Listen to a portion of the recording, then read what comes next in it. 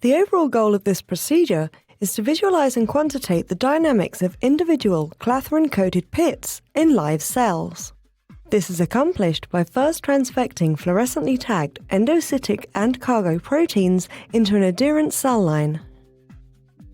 The next step is to image the cells with total internal reflection fluorescence, or TIRF microscopy. The lifetimes of small sets of Clathrin-coated pits are then quantitated manually using an image processing and analysis program.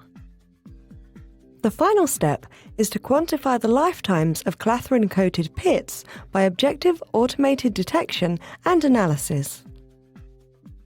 Ultimately, TIRF microscopy is used to quantitate the dynamics of individual Clathrin-coated pits at single event resolution to investigate Clathrin-mediated endocytosis of G-protein-coupled receptors.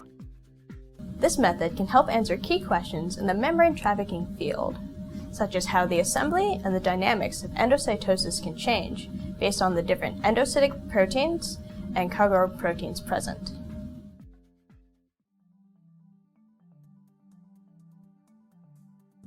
To begin, transfect HEC293 cells with plasmids encoding tagged G-protein-coupled receptors, or GPCRs, and/or components of the Clathrin machinery in a 12-well plate as detailed in the text protocol. The day after transfection, add 0.5 milliliters of phosphate-buffered saline, or PBS, with 1 millimolar EDTA to each well.